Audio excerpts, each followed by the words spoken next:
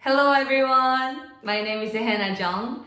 I just finished my 100 days project and I want to share my story with you. I was born in a small town, Jinju in Korea. This is me when I was a baby. Probably only photo that I have as a baby. Our family was very poor that my parents couldn't afford a nice first birthday photo nor birthday cake. I don't really see my dad in any of my childhood photos. He was gone most of the time. He was always busy working 12 hours every day to support our family. Working really hard and doing all our best was our family's value. Frankly, it was quite survival mode. Thankfully, with my family's upbringing, I learned possibility, persistency, and creation. My dad was always creating something. He did not go to college, but he is a self-taught mechanical engineer and he owns a factory in Korea now. Just like my dad, I love creating something. I like painting, making pottery, writing my thoughts recently, and making videos. So here I am. I wanted to start with 1 minute short video to illustrate what my 100-day project was.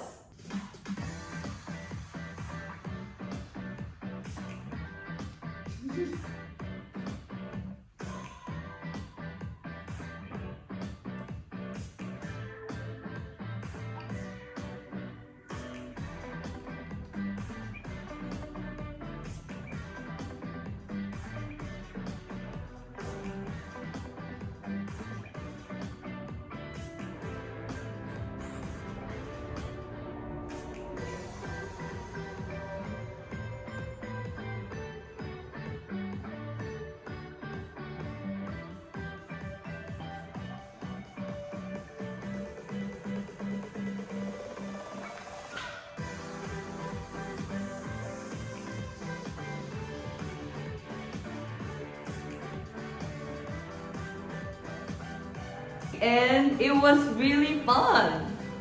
So why did I really start this project?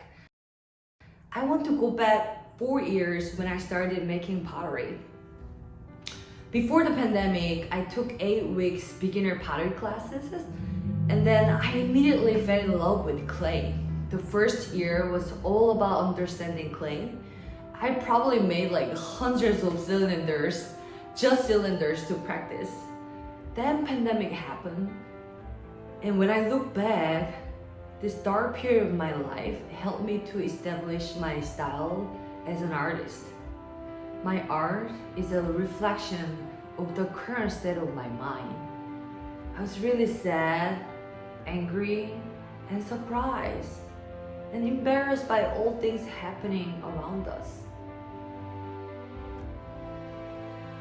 The world was suffering, and sometimes I felt powerless. I needed a reminder. I wanted to remind myself to take care of myself first. This self-love vase, a little girl hugging herself, represents me. When I made it, I felt a deep connection. I started sharing my art, and yes, people get my message through my art and started reaching out to me.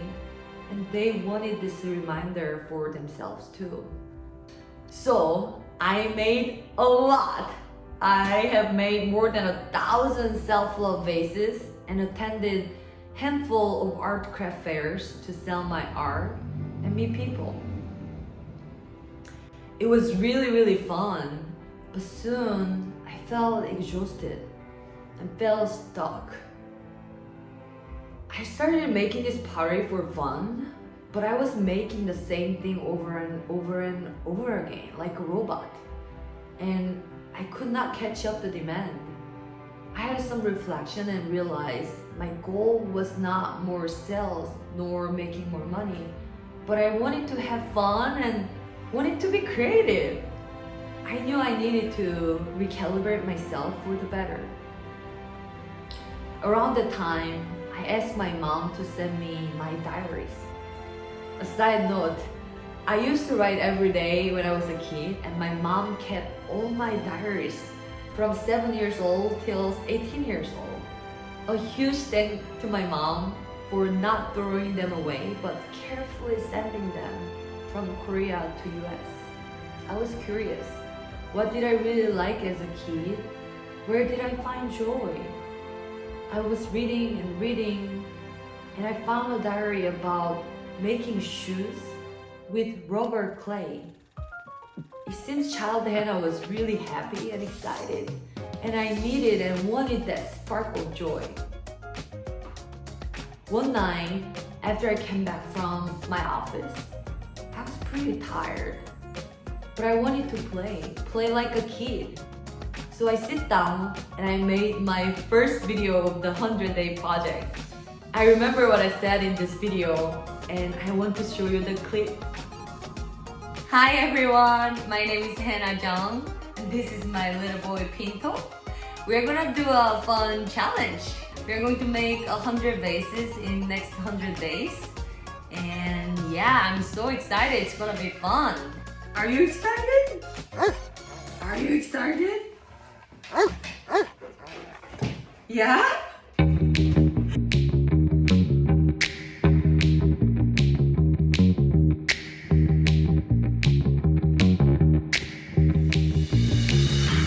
Yeah, it was really fun, and I finished this project a few weeks ago. I was moving very fragile bone-dry vases to a studio for the first fire a few weeks ago.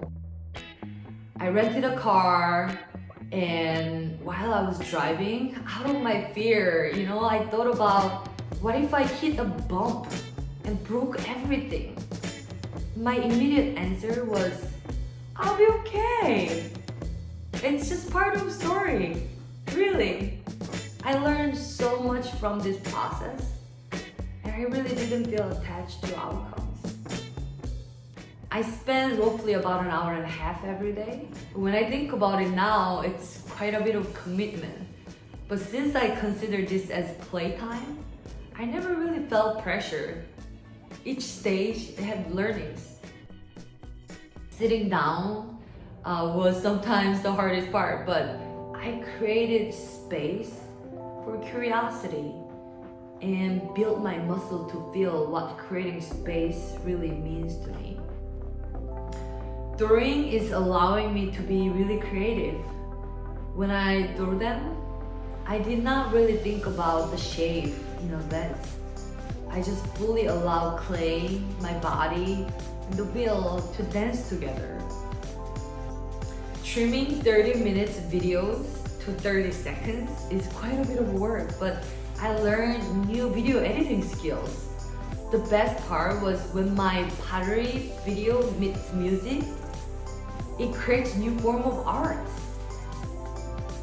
I published the same video on 3 different platforms with curiosity as a content creator, and I gained so many insights as a creator, artist, and a UX designer.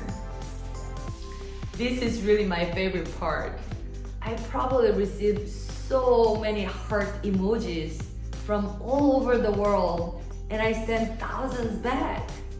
I felt deeply connected with my audience, including my friends and family, my neighbors, even with strangers when I share my story. When I think about my personal growth, I started noticing changes in my daily life, and here is a list. I started talking to strangers, and this is my new passion. I just want to say hi and smile. I started braiding my hair like a kid, and I feel really good.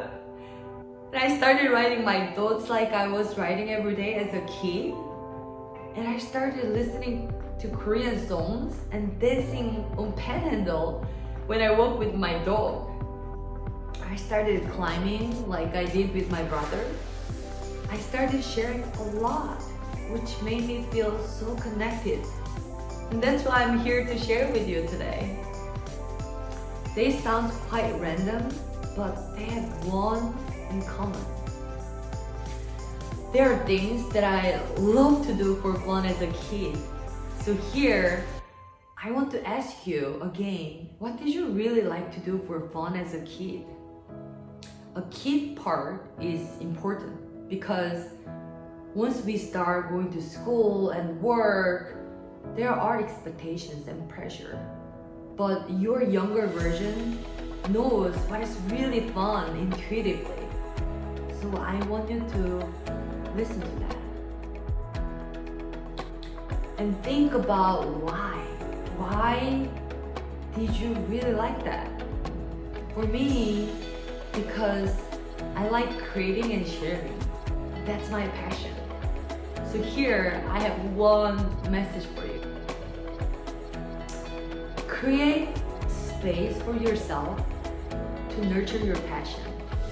It will bring joy, growth, and love. Thank you so much for listening. This really means a lot to me, and I really appreciate your time. I hope to share more, so please stay tuned. Thank you so much. Bye.